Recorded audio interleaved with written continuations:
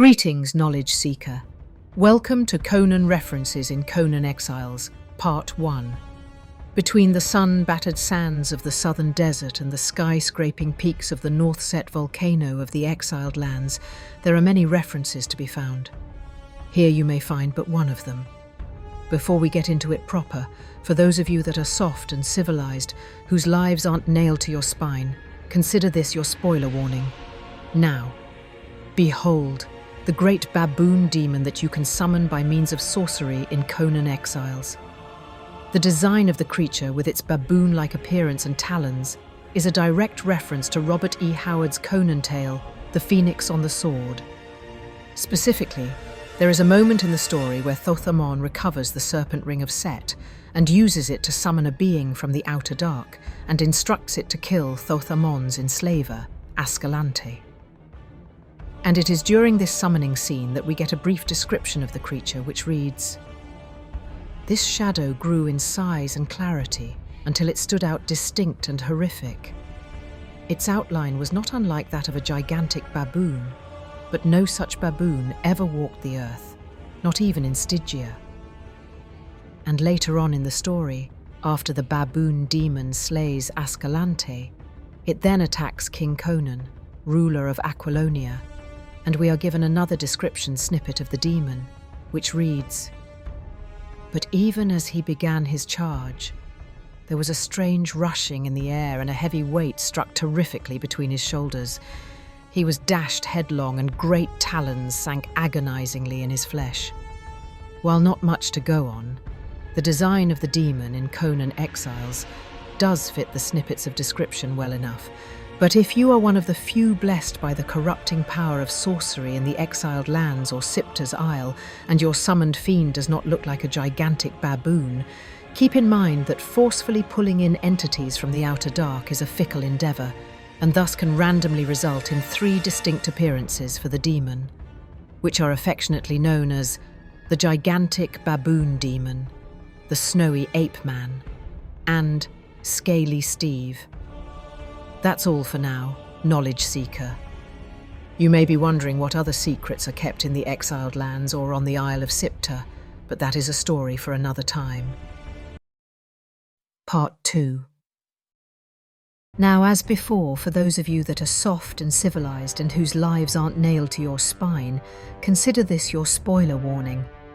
Another reference in Conan Exiles is the Greater Wheel of Pain, which obviously is a reference to the Wheel of Pain as it first appeared in the 1982 film Conan the Barbarian that stars Mako as the powerful wizard and the wise narrator. In the film, after Conan's family and tribe were slain, he is taken north as a captive by the Vanir, where he is forced to labour on the Wheel of Pain for years, from boyhood until manhood. The Greater Wheel, as depicted in Conan Exiles, is very similar to the one in the film, minus the L-shaped platform, the platform at the bottom of the stairs, and that easy-to-miss door. But the design of the Greater Wheel of Pain also draws inspiration from Ron Cobb's sketch for the Wheel of Pain. The most obvious element lifted from the sketch that can be seen on the Greater Wheel are the wooden rods that surround the main circular platform. Those rods are absent from the film version, and according to Conan the Barbarian, the official story of the film, by John Walsh, The Wheel of Pain, as written in the script by director John Milius, seemed to have a singular purpose, which was to inflict pain on the captives that were forced to work it. However, production designer Ron Cobb thought that there should be more to it than that, and added the function of crushing grain. An idea which, for the eagle-eyed viewer, is shown very briefly in the film. In this first short scene, you can see what looks like flour on the crushing stones at the centre of the wheel. And in the second scene, in the lower right corner, you can see a person coming out from beneath the Wheel of Pain while carrying a cloth sack on their back, a sack presumably filled with flour. And that idea of these contraptions being basically human-powered windmills has factored into the design of the smaller Wheels of Pain in Conan Exiles, as it can be observed in the footage shown. Unfortunately, the grain-crushing feature is only an aesthetic one in Conan Exiles. If one needs anything to be ground into a powder, it'll require the construction of a grinder. Part 3. A warning for the weak and weary. Turn back now, for there be spoilers ahead. The great winged bat demon is the first creature you can encounter once you are released into the exiled lands. And it may be a reference to The Vale of the Lost Women, written by Robert E. Howard and published many years after his passing. As far as I can tell, this is the closest the Robert E. Howard Conan tales get to having a bat demon. The Vale of the Lost Women follows a noblewoman from Ophir named Livia, but our attention will be focused on the happenings at the end of the story, where Livia found her way into an otherworldly valley overflowing with orchids, a valley inhabited by a tribe of unusual women, a tribe that wanted to sacrifice Livia to their dark deity, a monstrous bat-like being that appeared out of the sky and descended towards the altar upon which Livia was being offered to it. Fortunately for Livia, Conan intervened before tragedy could strike. He battled and slayed the bat-like creature. The first description of the bat-like being comes to us in a scene where Livia was on the altar stone, which reads, "First, high above her, she saw a black dot among the stars, which grew and expanded. It neared her. It swelled to a bat, and still it grew, though its shape did not alter further to any great extent. It hovered over her in the stars, dropping plummet-like earthward, its great wings spread over her. She lay in its tenebrous shadow." And a few rows further, we are given another description snippet, which reads, "Now it hung directly over her, and her soul shriveled and grew chill and small at the sight. Its wings were bat-like, but its body and the dim face that gazed down upon her were like nothing of sea or earth or air. She knew she looked upon ultimate horror, upon black cosmic foulness born in night-black gulfs beyond the reach of a madman's wildest dreams." The first description alludes to the entity being very bat-like in terms of outline or shape when it is far away from Livia, a likeness which persists even as it got closer to her. In other words, if the outline of the dark deity was bat-like, that could mean that the deity had two webbed wings, two legs, a webbed tail, maybe even large ears on its noggin. And if one were to continue on that train of thought, then Conan Exiles' bat demon is clearly inspired by this unnamed dark deity. There are other interpretations of this entity out there, of course, such as the one done by Manuel Sanjulian or the one by Peter Stanimirov. However, both of those interpretations lean a lot more into a devil-like representation of the dark deity, with horns and all, rather than one that would remind the viewer of a bat. Next, I want to point out another potential reference to the Vale of Lost Women that feels too intentional to be a coincidence. During Livia's descent through the Vale, we are given this description snippet. But so gentle were their slopes that when she stood on the valley floor, she did not have the feeling of being imprisoned by rugged walls. And then Livia continues her descent through the valley, which eventually is cut short as she is offered up as a sacrifice to the bat-like deity by the women of the Vale. Similarly, when you first step into the exiled lands, you do so in a desert, or more specifically put, a desert valley floor surrounded by gentle dunes of sand that do not make you feel trapped within the valley. You are free to climb any of them, as long as you don't try to pass the ghost fence. And if you continue to follow the path, if you let yourself be guided by the Stone Flag Road, you will eventually reach a bat demon, and in so doing, echoing Livia's journey through the Vale. Come to think of it, one might also argue that the Tower of Bats is the inverse of that description of the Vale, where instead of a valley, you have a peak. Instead of being surrounded by gentle slopes, you have rugged ledges. And instead of going down to reach the altar and the bat-like deity, you have stone steps to climb to reach the albino bat demon and the altar it's guarding. And with that turn of the page, we have reached another end. Part 4. A warning for those of delicate sensibilities. Turn away now if spoilers disturb you. One reference in Conan Exiles that the snake worshippers are well aware of is the snake arrow, which can be crafted at an altar dedicated to the serpent god, Set. Interestingly, no snakes are necessary when crafting these stiff little fellas, only 10 branches and a manifestation of zeal. In other words, no actual snakes were harmed in the making of these arrows, no matter what Peter tells you. While these snakes-turned arrows do very little in terms of physical damage, they do make up for it with their venomous bite. 10 of these serpent arrows shot in quick succession will raise the poison stack up to 10, which is enough to take down even the mightiest of heroes or greatly injure the strongest of beasts, as you can see in the vision shown. But do be mindful that the snake arrows are utterly useless against the undead, as the undead have no living flesh or sinew to spread the poison or any organ that hasn't already ceased to function. And as you may know, what the snake arrow references is a moment from the 1982 movie Conan the Barbarian, starring James Earl Jones as the calculated Thulsa-Doom.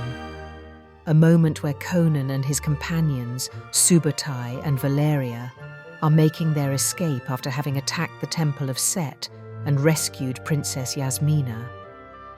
And as the 3 companions are riding off at breakneck speed, Thulsa-Doom retaliates by enchanting one of his pet snakes to be as rigid as an arrow, and then he shoots the snake, and it strikes Valeria, who later succumbs to the venom.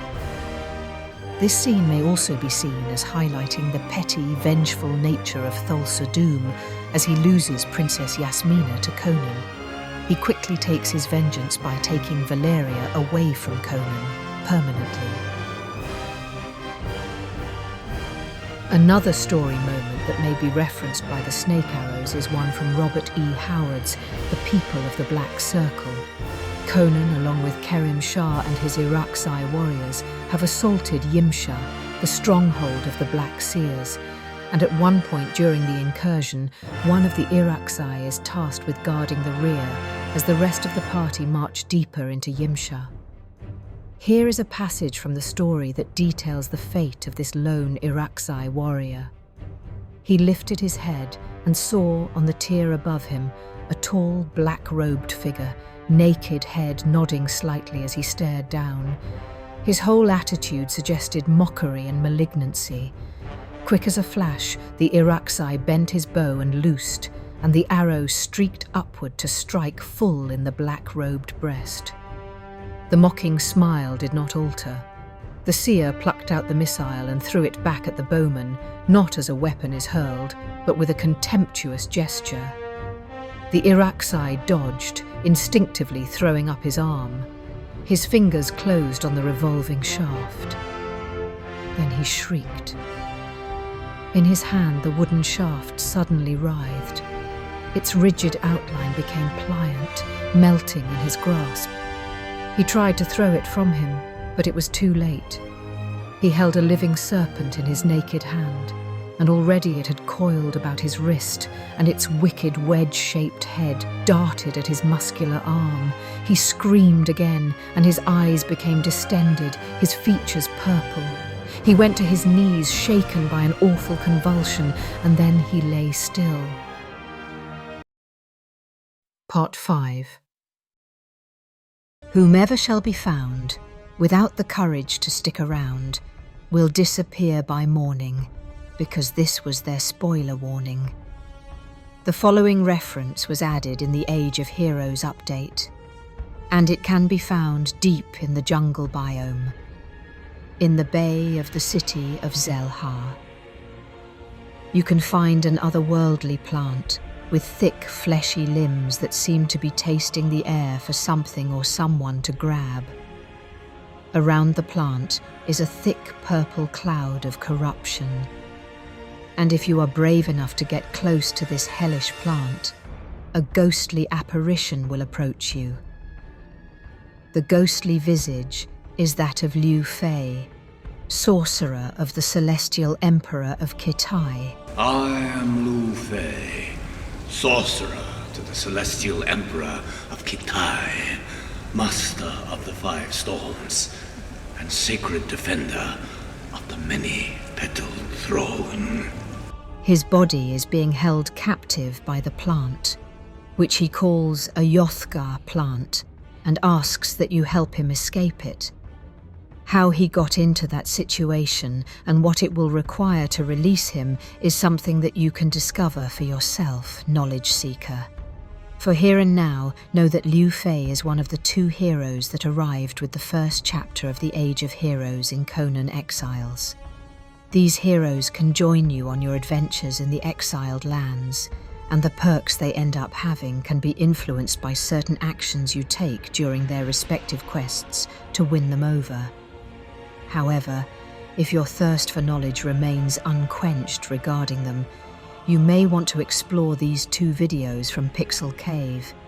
These are guides that will help you find each hero and how to go about influencing the perks they'll have when they join your cause.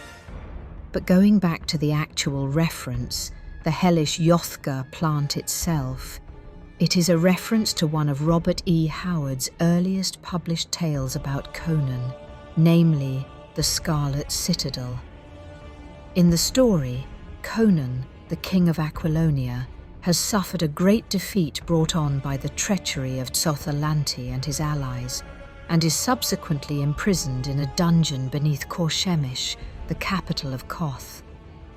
And in that dark, damp pit of a dungeon, King Conan faces off against beasts and eldritch horrors, but he remains unconquered and keeps marching on in search of freedom. At one point, he comes across what looks like a trapped man, and we are given this description, the exact likeness of a man, twined and bound about, with the tendrils of a thick vine which seemed to grow through the solid stone of the floor. It was covered with strangely pointed leaves and crimson blossoms, not the satiny red of natural petals, but a livid, unnatural crimson, like a perversity of flower life. Its clinging, pliant branches wound about the man's naked body and limbs, seeming to caress his shrinking flesh with lustful, avid kisses. One great blossom hovered exactly over his mouth. A low, bestial moaning drooled from the loose lips. The head rolled as if in unbearable agony, and the eyes looked full at Conan. But there was no light of intelligence in them. They were blank, glassy, the eyes of an idiot. Later on, the name of the devilish plant is revealed in this snippet. Pardon, Your Majesty. I should have thanked you for the service you have done me. I am like a man woken suddenly from sleep deeper than death and shot with nightmares of agony more fierce than hell. But I understand that you delivered me. Tell me, why did you cut the stem of the Yothgar plant instead of tearing it up by the roots? Because I learned long ago to avoid touching with my flesh that which I do not understand, answered the Cimmerian. And few rows further, the identity of the captive is revealed in the following snippet. But who are you? Demanded Conan. Men call me Peleus. What? Cried the king. Peleus the sorcerer, tsotha-lanti's rival, who vanished from the earth 10 years ago. Not entirely from the earth, answered Peleus with a wry smile. As you may have deduced from those story snippets, Conan Exiles references the Scarlet Citadel, not only through the Yothga plant, but also through the idea of having a sorcerer as its captive.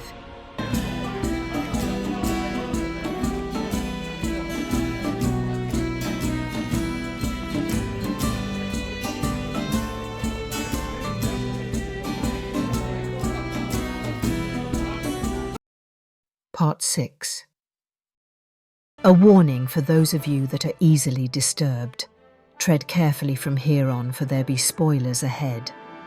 Usually in these videos I first mention something from Conan Exiles and then point to what it may be referencing. But for this video we shall reverse the order. Perhaps the most famous artist to ever depict Conan, and the one that has influenced how the character has been illustrated ever since, is none other than the legendary Frank Frazetta. Now, if you're unaware how heavily his paintings of Conan loom over every representation that followed, let's take a glance at some depictions of Conan pre-Frazetta. These ones are from the Weird Tales magazine, circa 1930s. Here you have King Conan fighting the baboon demon in The Phoenix on the Sword, Belit protecting Conan from the winged ape-like creature in Queen of the Black Coast. And lastly, we have a depiction of Yag-Kosha being given a merciful end by Conan in the Tower of the Elephant. In the years after Weird Tales, Conan's stories started being printed by different publishers, but the appearance of the barbarian did not change much compared to how he was depicted in the magazine, as you will see. Here you have the Cimmerian as illustrated on the covers of Tales of Conan, Conan the Barbarian collection, and The Return of Conan from the 1950s. As you may have noticed, all of the images shown have been a far cry from how Conan is described in Robert E. Howard's stories and the image we have of him in our collective imagination. But that all changed when Frank Frazetta's paintings of Conan arrived. Now the Cimmerian was depicted as his adventures described him, big, bold, sullen-eyed and ready to tread the jewelled thrones of the earth under his sandaled feet. Conan is the damnedest bastard there ever was. He's got a long black mane of hair, crystal blue eyes. He's a fighter, born on the battlefield. To him, combat's a way of life. It's all he's ever known, all he ever wants to know! He's no soldier who was taught to fight. To him, fight is an instinct. It's a part of him. Like his legs, his arms, his chest, his bull neck. Believe me, he don't take it from nobody. He'll fight man, beast, devil, or God. And when those women feel those tree trunk firm arms around their waist, they melt like butter on a hot skillet. And to further highlight the influence that Frazetta has had on the depictions of Conan, here are some post-Frazetta illustrations of the barbarian that show the same moments from the stories published in Weird Tales magazine we viewed earlier.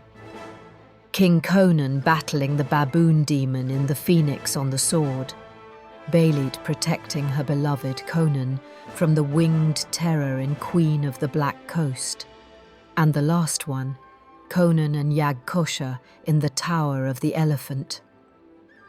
I imagine by now, knowledge seeker, you might be thinking that the homage to Frank Frazetta in Conan Exiles has to be Conan himself, and I am inclined to agree.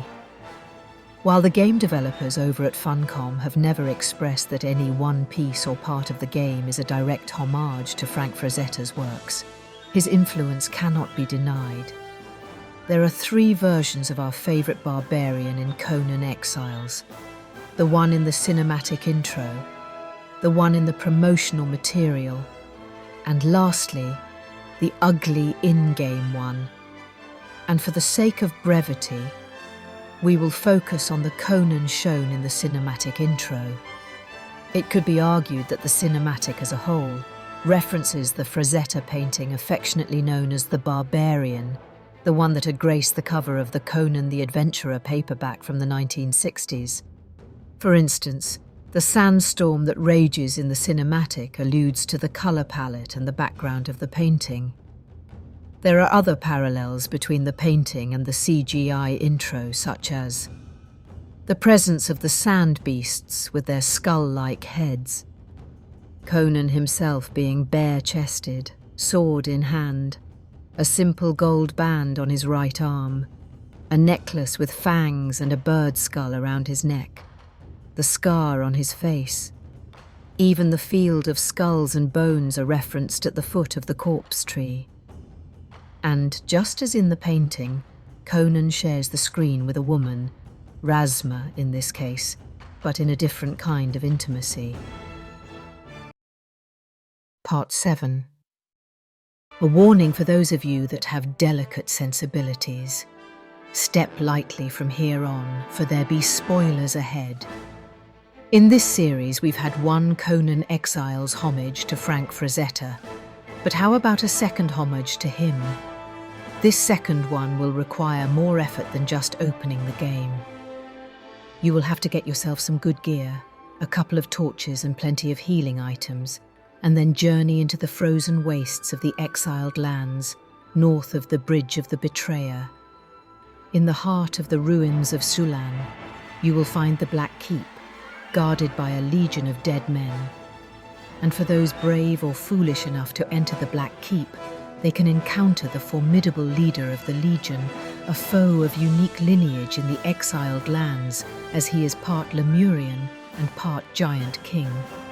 And once found, this quiet commander of the Silent Legion issues not a word or any cold command. Slashing sword swings are the only answer given to any curious caperer that enters his lair.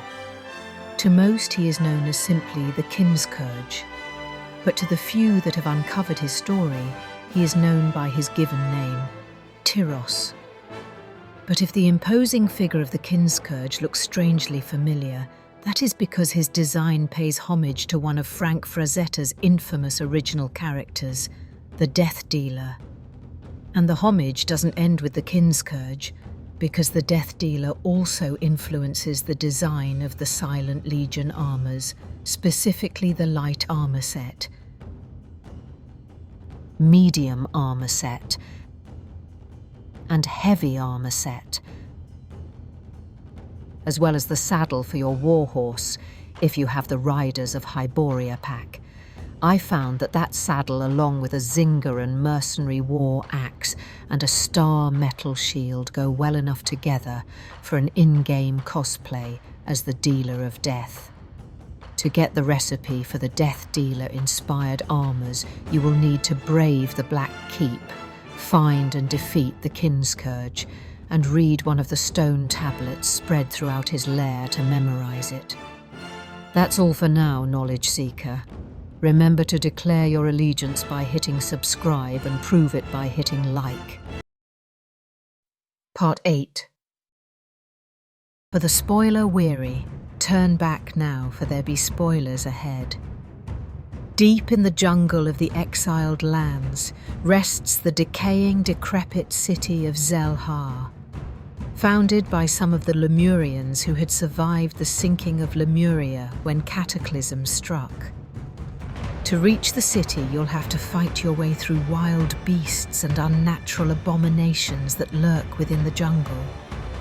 But the city itself is inhabited by something entirely different, that from afar might seem like big, burly men. But upon closer inspection, the apish features of these beings become a lot more apparent. By now you may be wondering, what are these beings? And where did they come from? And that shall be revealed. First, know that these ape men of Zelhar are a reference not to a specific story, as there are varied ape-like beings peppered throughout Robert E. Howard's works. Rather, they are a reference to an essay of his titled The Hyborian Age. In it, Robert E. Howard tells the story of the entirety of his Hyborian mythos in very broad strokes. The essay takes us from the pre-cataclysmic age, then the sinking of Atlantis, and up to the moment the civilizations of the Hyborian Age transform, over time, into civilizations that we might recognize from our modern age. But the essay also mentions men evolving back into ape men, such as this paragraph here. Among the forest-covered hills of the northwest exist wandering bands of ape men without human speech or the knowledge of fire or the use of implements. They are the descendants of the Atlanteans, sunk back into the squalling chaos of jungle bestiality from which ages ago their ancestors so laboriously crawled. In other words, knowledge seeker, you could argue that the ape men inhabiting Zel-Ha are descendants of the Lemurians that had founded the city, a fact that is confirmed by Yakira, priestess of Derketo. In these jungles, too, stalk the ancestors of the Lemurians. They emulated beasts, lay with beasts, and became beasts. I do not begrudge them their path. And as to what else these ape men might be referencing, that is a discussion for another time. Part 9. For those of you that fear the arrivals of spoilers, turn back now, for spoilers are already at the gates. In Robert E. Howard's yarn, Rogues in the House, Conan is hired to assassinate the Red Priest, Nabonidus. After some unexpected delays, Conan makes his way into the Red Priest's house, where to the barbarian's surprise, he found that the Red Priest was a prisoner in his own home, imprisoned by his own protege, Thak, who decided to usurp his master and rule in his stead. Now Thak was not mere man, he was an ape man that the Red Priest had taken under his wing, his hubris leading him to think that he could forever keep the ape man under his control. At one point in the story, Murillo, the one that had hired Conan to assassinate the Red Priest, gives us a description of the ape man. It was no man that stood before me. In body and posture it was not unlike a man, but from the scarlet hood of the priest grinned a face of madness and nightmare. It was covered with black hair, from which small pig-like eyes glared redly. Its nose was flat, with great flaring nostrils.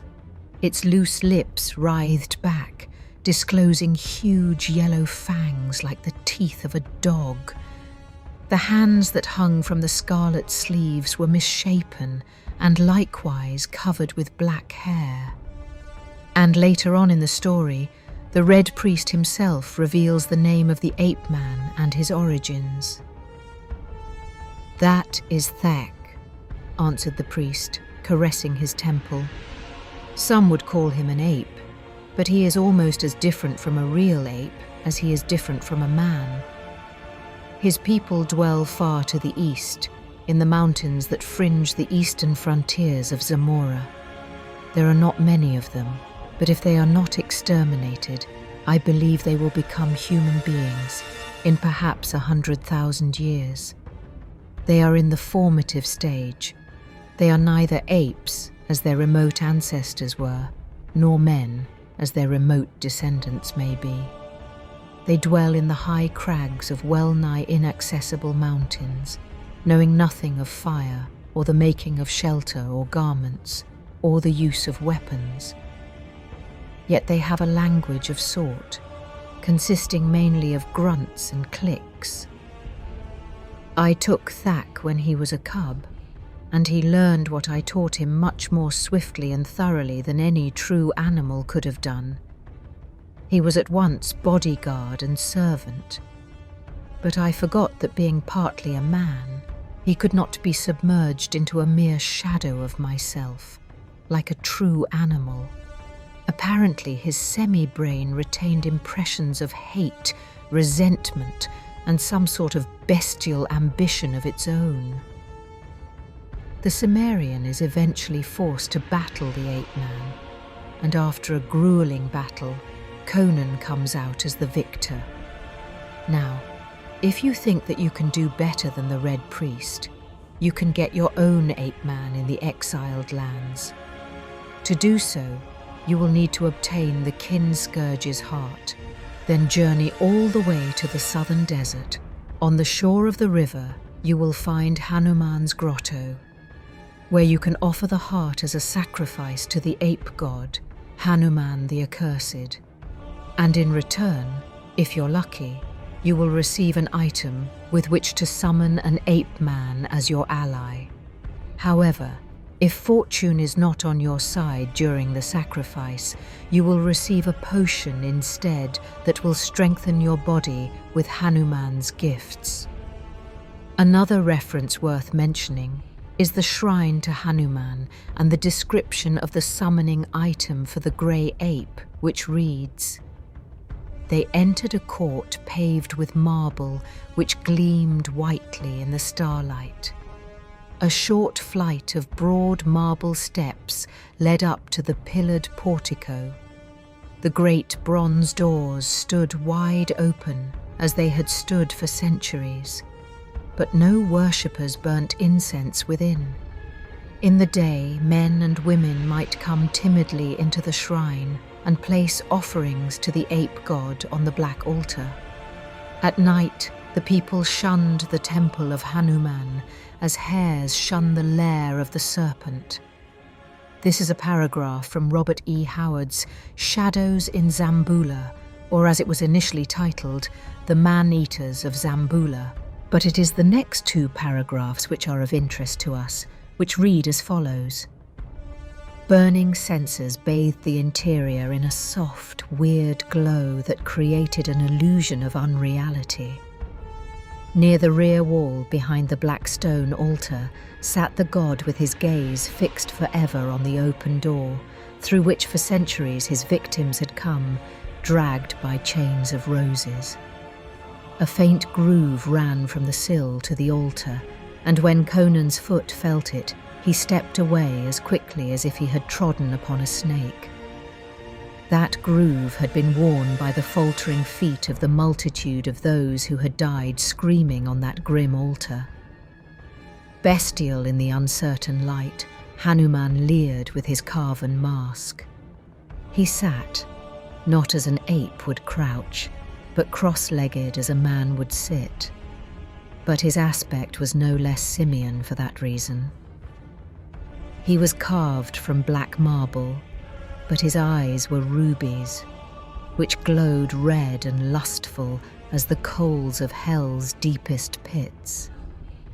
His great hands lay upon his lap, palms upward, taloned fingers spread and grasping.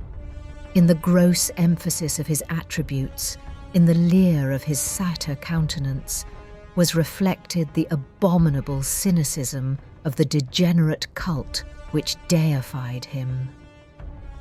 The first paragraph is referenced in Conan Exiles by the possibility of offering human hearts at the shrine to Hanuman the Accursed, similarly to how the priests of Hanuman have done many times before you.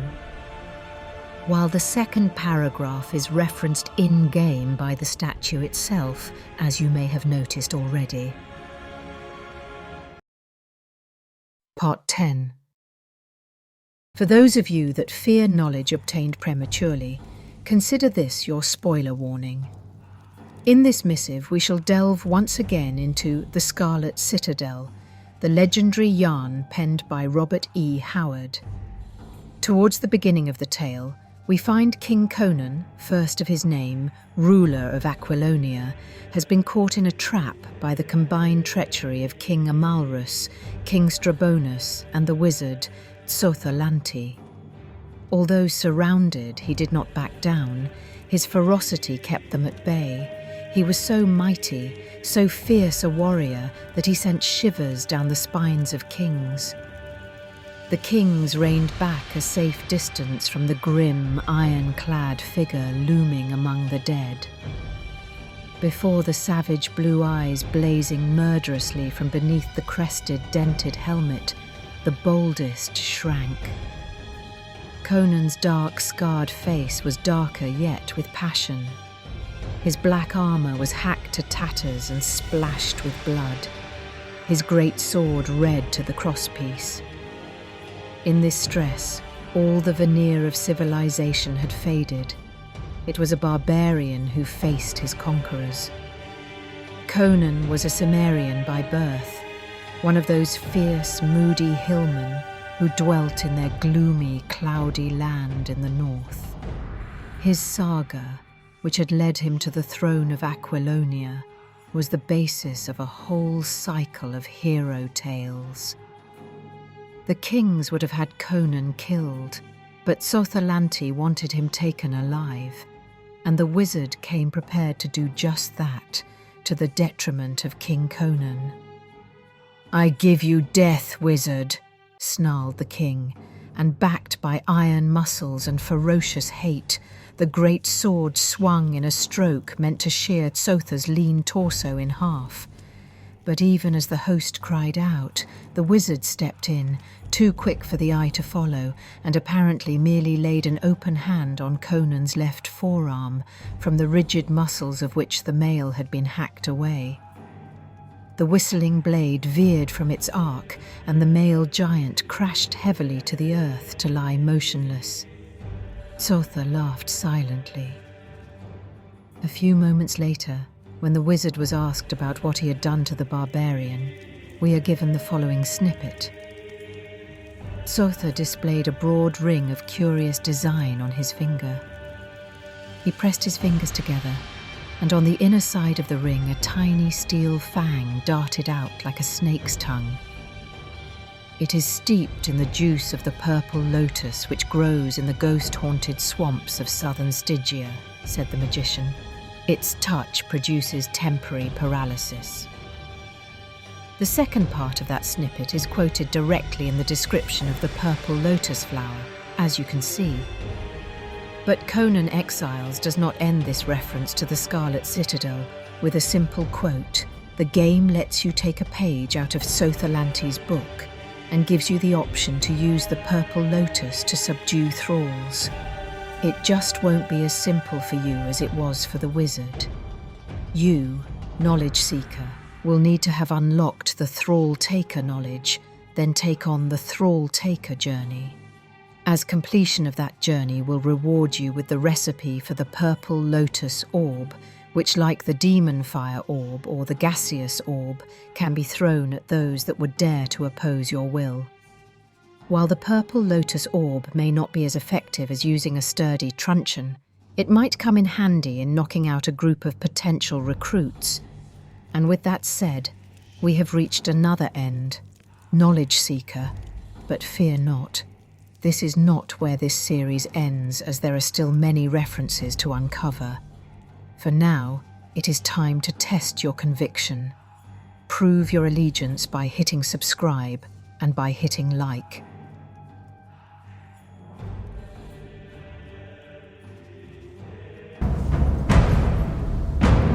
Live, love, burn with life, slay and survive. We will meet again, dead man.